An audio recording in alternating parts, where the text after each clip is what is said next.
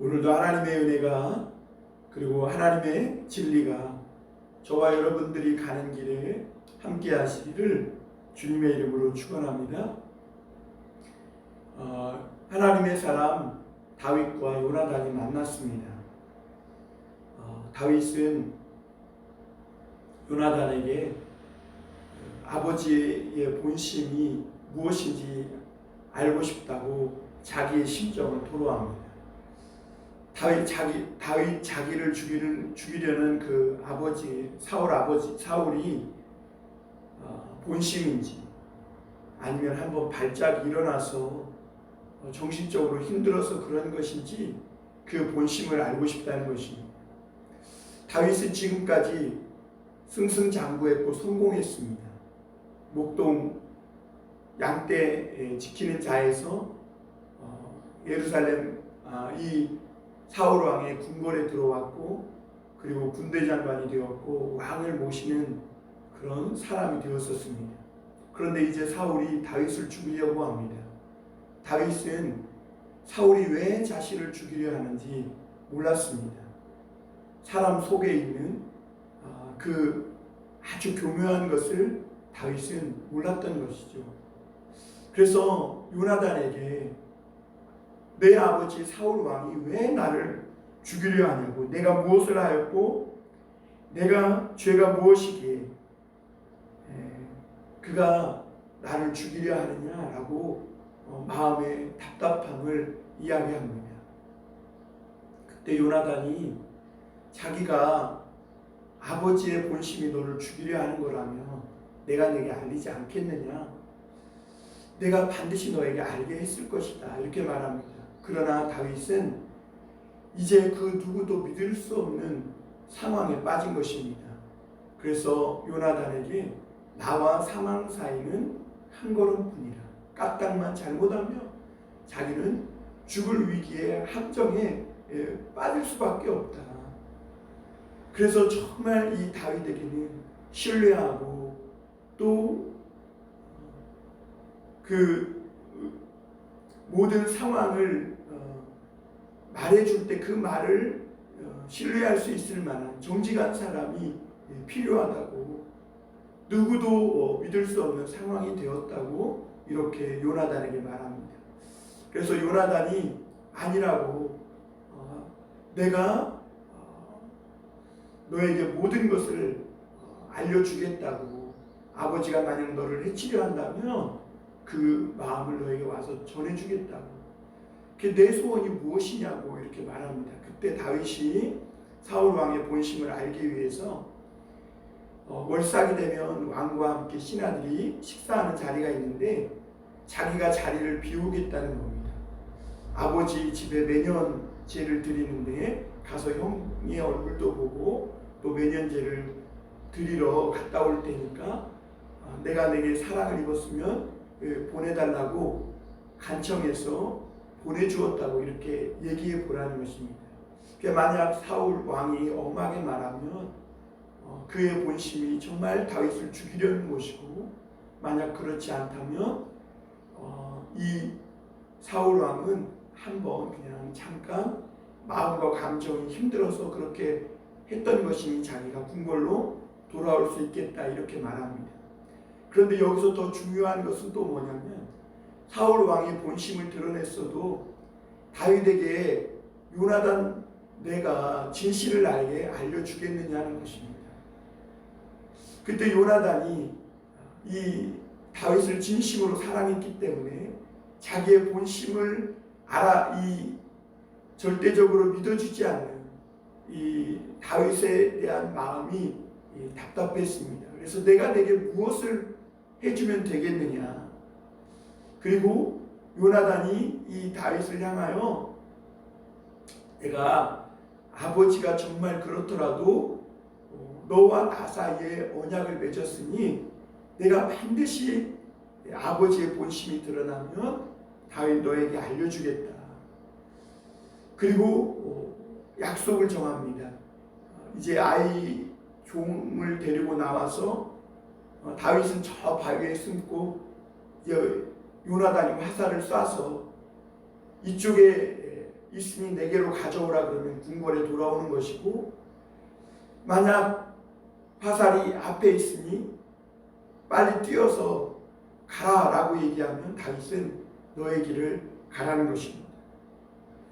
그리고 나서 이 요나단은 다윗에게 이렇게 말합니다. 23절 한번 보겠습니다. 너와 내가 말한 일에 대하여는 여호와께서와 나 사이에 영원토록 계시느니라 하니라. 다윗은 자기가 왜 이렇게 갑자기 죽음의 위험에 빠져야 하는지, 왜 자기가 이렇게 쫓기고 도망치는 그런 신세가 되어야 하는 상황에 빠질 수밖에 없는지, 정말 자기가 뭘 잘못했는지를 몰랐습니다. 다윗이 정말 몰랐던 것이 있었다면 이 사람 안에 있는 이 교묘한, 아주 사람을 이용하고 정치적으로 사람을 이용해서 자기의 목적을 이루려고 하는 이 인간 안에 있는 이 욕망, 야망, 또 죄성, 이런 것들에 대한 것을 아직 다윗은 알지 못한 것입니다. 그래서 이 다윗은 이 요나단조차도 정말 온전히 믿지 신뢰하지 못하고 있을 때, 요나단은 너와 나 사이에 하나님께서 영원히 계시다 이렇게 말합니다. 그리고 42절에서도 보면 뭐라고 말하냐면, 요나단이 다윗에게 이르되 평안히 가라. 우리 두 사람이 여호와의 이름으로 맹세하여 이르기를 여호와께서 영원히 나와 너 사이에 계시고, 이렇게 말합니다. 여러분, 우리 믿는 사람들 서로 사이에는 하나님이 계셔야 합니다. 그래야 서로가 서로를 신뢰하고 그 가운데 하나님의 나라가 임하는 것이죠. 오늘 우리가 다윗과 요나단의 이러한 모습을 보면서 믿는 사람들의 살아가는 모습이 어떠해야 되는지를 배우게 됩니다. 여러분, 하나님을 믿는 사람들에게 정말 필요한 것은 정직함입니다. 너와 나 사이에 숨기는 것이 없어야 한다는 것입니다. 정말 깨끗해야 하고 다른 이 마음에 숨긴 의도가 없어야 한다는 것입니다. 여러분, 어떤 사람들은 교회 안에서도 이 사람을 만나면 이 말하고 저 사람을 만나면 저 말하고 정직하지 못한 사람들이 있습니다. 교회 안에서조차도 그 사람을 사이에서 관계를 맺으면서 이용하고 자기의 목적을 위한 수단으로 사용하려는 그런 생각 속에서 사람을 대하는 그런 사람들이 있습니다. 그 사람들 안에는 하나님이 계시지 않은 것이죠. 여러분, 사람은 정직해야 그 사람들 사이에, 그 성도들 사이에 하나님 나라가 임하게 되는 것입니다. 여러분, 이 사울은 본심이 이 다윗을 미워했고 증오심으로 가득 차 있었고 죽이려고 했습니다. 심지어 자기의 딸을 올무로 삼아서 다윗을 죽이려고 했습니다. 그러나 다윗은 아직 그걸 모르고 있어요. 왜냐하면 사울이 마음에는, 본심에는 이 다윗을 죽이려고 했지만 겉으로는 그런 내색조차 안 했거든요. 여러분, 교회 안에서도 얼마나 이런 일들이 많이 일어나는지 모릅니다. 마음에는 다른 생각, 다른 마음을 품고 있으면서 앞에서는 그렇지 않은 사람처럼 그렇게 서로 인사하고 또 아무렇지 않은 듯 그렇게 대하고 있는 것이죠. 그러니까 그 관계가 그리스도 안에서 아름답게 발전하지 못하고 또 아름답게 성장하지 못하는 것입니다. 최소한 그리스도인들은 정직해야 하고 거짓말하지 말아야 합니다. 이 거짓말은 마귀가 하는 것입니다.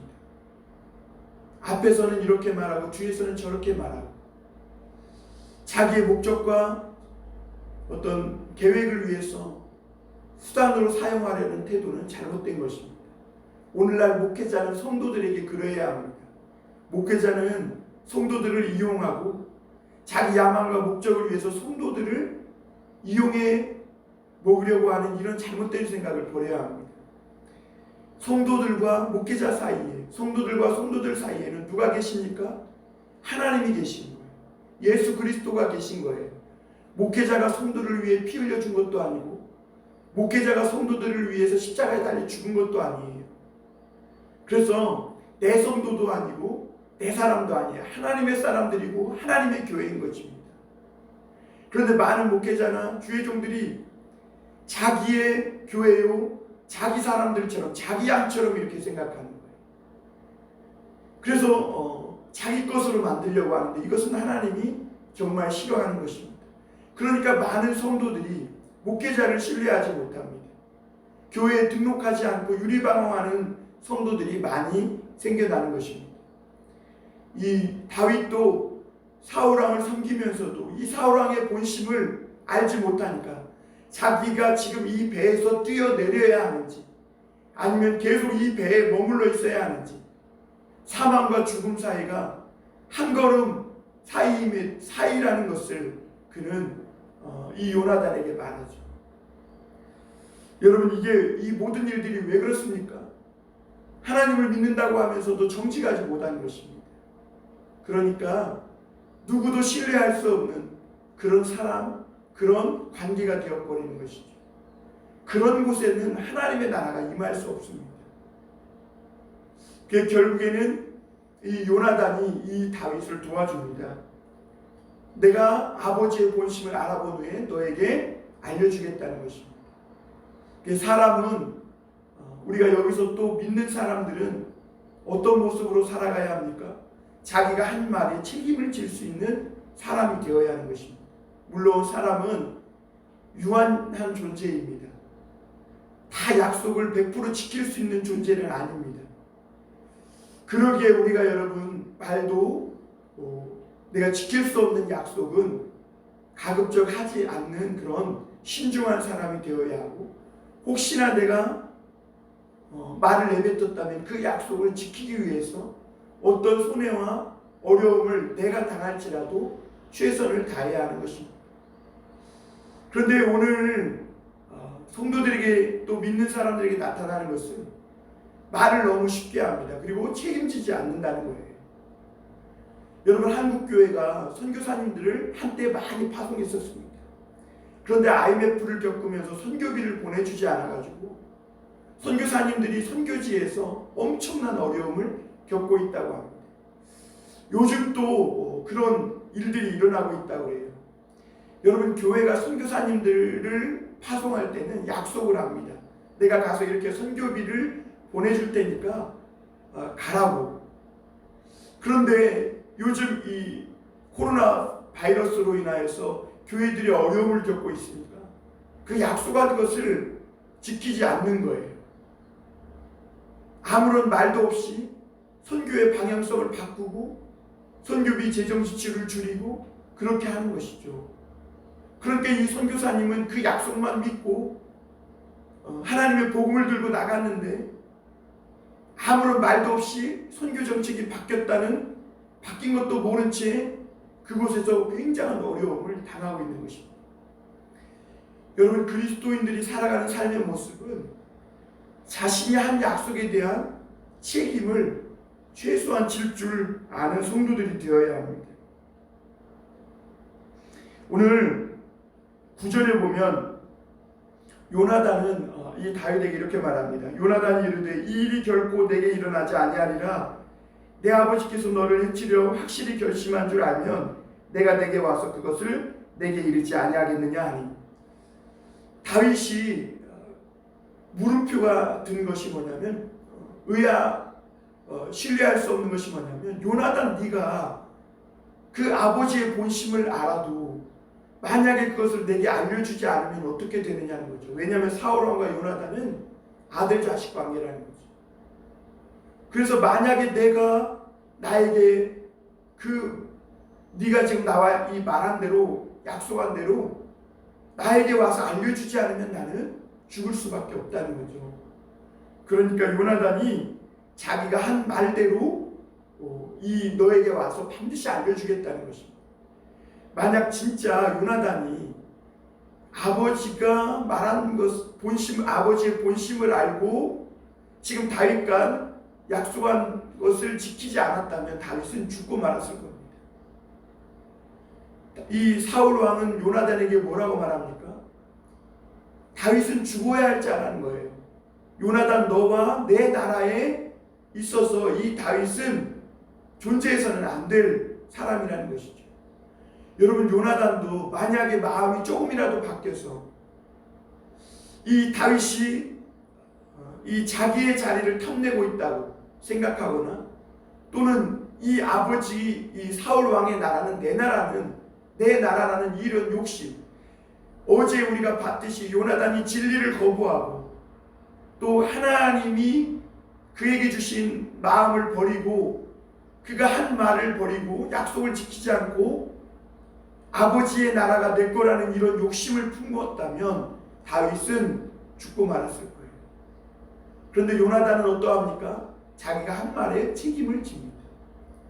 그래서 다윗과 약속을 하죠. 들로 나가서 내가 종을 데리고 화살을 쏠 테니까 저 앞으로 쏘면 저 옆으로 쏴서 이리 가져오라 하면 궁궐로 돌아오고 앞으로 쏴서 빨리 가서 달려가라 라고 얘기하면 다윗은 너의 길을 가라고 이렇게 약속을 합니다. 그런데 그 말의 약속을 요나단이 책임집니다. 그리고 이 다윗에게 이 아버지의 본심을 안 후에 종을 데리고 나와서 화살을 쏜 후에 살이 네 앞에 있지 않느냐, 빨리 가라, 지치지 말고 가라 라고 그 다윗에게 그 약속을 지켜주는 것을 보게 됩니다. 여러분, 하나님을 믿는 사람은 이렇게 약속을 지키는 사람이 되어야 합니다. 왜냐하면 이 약속 한마디, 이 그리스도인이 뱉은 이 말 한마디가 다른 사람들의 삶의 생사를 가름하는 그런 큰 영향력을 미치기 때문에 그래요. 여러분, 우리 믿는 사람들은 하나님이 이 말씀으로 세상을 창조하셨고 지금도 말씀으로 이 세상을 인도하고 섭리하시고 이끌어가시고 있음을 믿고 오늘도 믿는 사람으로서 우리가 가급적 하나님의 말씀을 하고 하나님의 진리를 말하고 내가 책임질 수 있는 말을 하는 것이 좋습니다. 그래서 하나님의 믿는 사람들의 삶의 모습이 정직하고 책임지는 말을 해서 신뢰할 수 있는 관계를 맺어가야 합니다. 그곳에 하나님의 나라가 임하는 것이죠. 그리고 우리가 한 가지 더 보면 하나님을 믿는 사람들은 서로 축복하는 사람들이 되어야 합니다.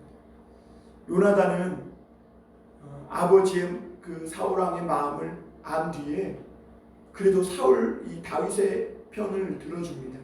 다윗이 무엇을 했기에 죽어야 합니까? 그때 사울은 화를 내면서 이 요나단을 이 폐역무도한 기생 계집종의 소자야라고 하면서 막 어마무시한 욕을 하고 요나단이 다윗을 편을 들자 이 단창으로 요나단까지 죽이려고 합니다. 이렇게 아버지의 본심을 안 요나단은 다윗에게 그 본심을 알려준 후에 이 다윗이 그 요나단에게 고마워서 그 자리를 떼지 못하고 절을 3번 할 때에 그 종을 보내놓고 다윗과 어긋맞고 입맞추며 서로 축복해 줍니다. 그 장면이 42절에 나옵니다. 요나단이 다윗에게 이르되 평안히 가라. 우리 두 사람이 여호와의 이름으로 맹세하여 이르기를 여호와께서 영원히 나와 너 사이에 계시고 내 자손과 내 자손 사이에 계시리라 하였느니라 하니 다윗은 일어나 떠나고 요나단은 성읍으로 들어갑니다. 이 요나단에게 은혜를 입은 다윗은 엉엉 웁니다. 요나단보다 더 울어요. 그리고 다윗은 자기의 길을 갑니다. 그때 서로 요나단과 다윗은 서로 축복을 해줍니다. 요나단도 다윗에게 이제 너는 내 길을 가라. 하나님께서 내 대적을 물리칠 것이다. 그리고 하나님께서 내 나라를 세우실 때 나와 우리 가족을 기억해 주라 라고 하면서 축복을 합니다. 다윗도 요나단에게 큰 절을 3번을 하면서 그 받은 은혜 사랑 잊지 않겠다고 축복을 합니다. 여러분, 하나님을 믿는 사람들의 사이가 어떠해야 합니까? 바로 이런 모습이 되어야 합니다. 하나님을 믿는다고 하면서 여러분, 정치하는 사람들은 앞에서는 웃지만 등 뒤에는 칼을 숨기고 있지 않습니까? 우리 믿는 사람들의 사이의 관계가 그러면 안 돼요. 서로 이간질을 시키고 이 사람에게는 이 말하고 저 사람에게는 저 말하고 약속을 해서 해놓고 그대로 지키지 않아서 그 사람을 상대방을 큰 어려움에 빠지게 하고 자기의 목적과 계획을 위해서 다른 사람을 이용하고 이런 관계가 되어서는 안 된다는 것이죠. 서로 신뢰하고 정직하여 신실한 믿음의 관계를 맺는 사람들이 되어야 합니다. 서로 축복하는 관계. 그 가운데에 하나님의 나라가 임하는 것이죠. 오늘도 우리 사랑하는 성도들이 가는 곳마다 그런 하나님의 함께 계신 너와 나 사이에 하나님이 계시는 그런 아름다운 주님의 나라를 이루어가는 성도들이 다 되시기를 주님의 이름으로 축복합니다. 기도하겠습니다.